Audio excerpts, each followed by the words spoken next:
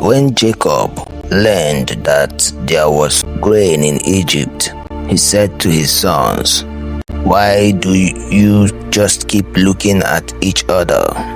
He continued, "I have heard that there is grain in Egypt. Go down there and buy some for us, so that we may live and not die." Then 10 of Joseph's brothers went down to buy grain from Egypt. But Jacob did not send Benjamin, Joseph's brother, with the others, because he was afraid that harm might come to him. So Israel's sons were among those who went to buy grain, for the famine was in the land of Canaan also. Now Joseph was the governor of the land, the one who sold grain to all its people. So when Joseph's brothers arrived, they bowed down to him with their faces to the ground. As soon as Joseph saw his brothers, he recognized them, but he pretended to be a stranger and spoke harshly to them. "Where do you come from?" he asked. "From the land of Canaan," they replied, "to buy food." Although Joseph recognized his brothers, they did not recognize him. Then he remembered his dreams about them and said to them, "You are spies. You have come to see where our land is unprotected." "No, my lord," they answered. "Your servants have come to buy food. We are all the sons of one man. Your servants are honest men, not spies." "No," he said to them, "you have come to see where our land is unprotected." But they replied, "Your servants were 12 brothers, the sons of one man, who lives in the land of Canaan. The youngest is now with our father, and one is no more." Joseph said to them, "It is just as I told you, you are spies, and this is how you will be tested. As surely as Pharaoh lives, you will not leave this place unless your youngest brother comes here. Send one of your number to get your brother. The rest of you will be kept in prison, so that your words may be tested to see if you are telling the truth. If you are not, then as surely as Pharaoh lives, you are spies." And he put them all in custody for 3 days. On the 3rd day, Joseph said to them, "Do this, and you will live, for I fear God. If you are honest men, let one of your brothers stay here in prison, while the rest of you go and take grain back for your starving households. But you must bring your youngest brother to me, so that your word may be verified, that you may not die." This they proceeded to do. They said to one another, "Surely we are being punished because of our brother. We saw how distressed he was when he pleaded with us for his life, but we would not listen. That's why this distress has come upon us." Reuben replied, "Didn't I tell you not to sin against the boy? But you wouldn't listen. Now we must give an accounting for his blood."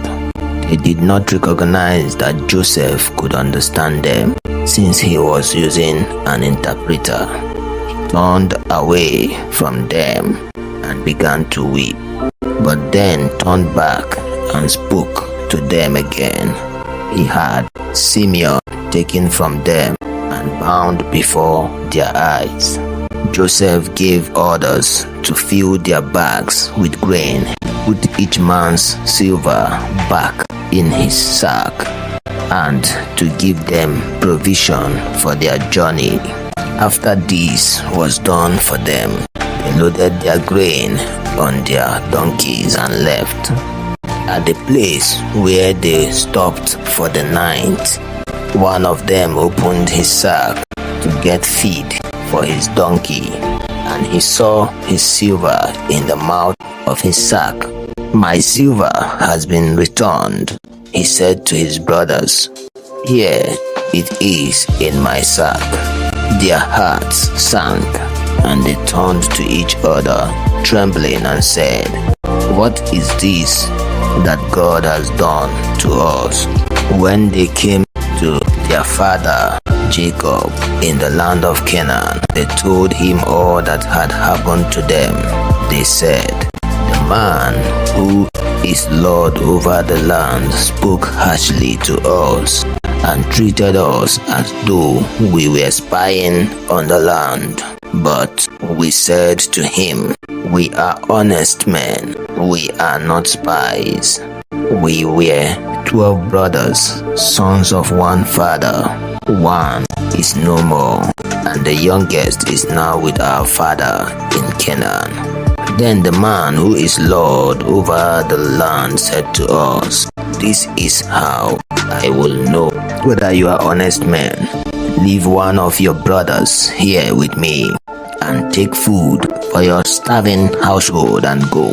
But bring your youngest brother to me, so I will know that you are not spies, but honest men. Then I will give your brother back to you, and you can trade in the land." As they were emptying their sacks, there in each man's sack was his pouch of silver. When they and their father saw the money pouches, they were frightened. Their father Jacob said to them, "You have deprived me of my children. Joseph is no more, and Simeon is no more. And now you want to take Benjamin.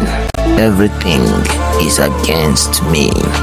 Then Reuben said to his father, "You may put both of my sons to death if I do not bring him back to you. Entrust him to my care, and I will bring him back." But Jacob said, "My son will not go down there with you. His brother is dead, and he is the only one left. If harm comes to him on the journey you are taking, you will bring my gray head down to the grave in sorrow." If you are not following Bible readings, you are probably never going to see us again. If you are, then congratulations, you are growing every day.